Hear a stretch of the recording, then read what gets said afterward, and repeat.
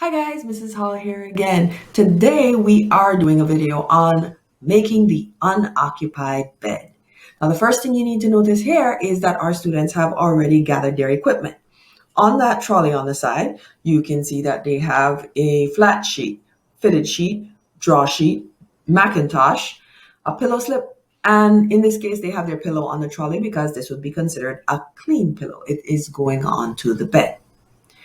Be sure to organize your equipment in the order that you're going to need them. So let's start this video. Notice that on the top, that student has the fitted sheet. That fitted sheet is going to be gently unfolded and not fluffed. This is not the Victorian era. We are going to try to prevent the spread of microorganisms, so we unfold. Now, when you're hooking over the sheet, you're going to put the hand that's nearest to the bed inside the sheet, grab the mattress and flip it over. That helps you with your body mechanics as well, prevents twisting of your back.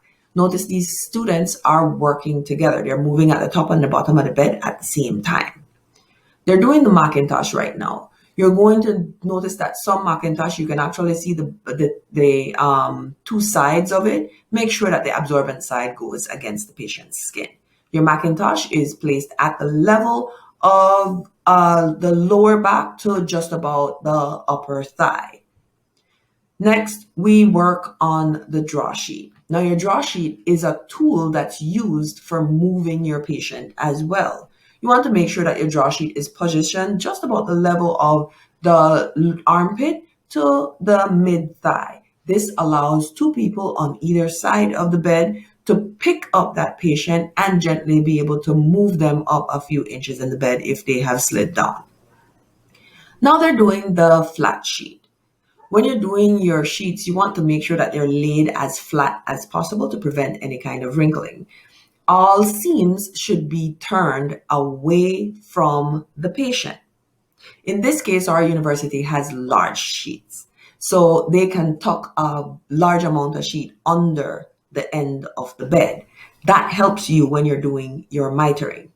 Right now, they're folding the top of the sheets, and we want to make sure that that fold occurs just about at the same level as your draw sheet. We don't want the draw sheet peeking out underneath that because that exposes some of what you have going directly against the patient's skin. So it's just one of those mild ways that we use to prevent the spread of microorganisms.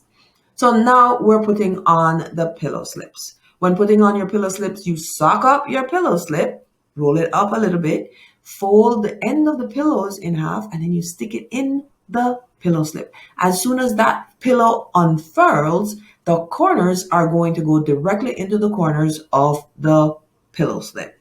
Now the end of the pillow slip that's open goes away from the entrance of the door or the room as much as is possible.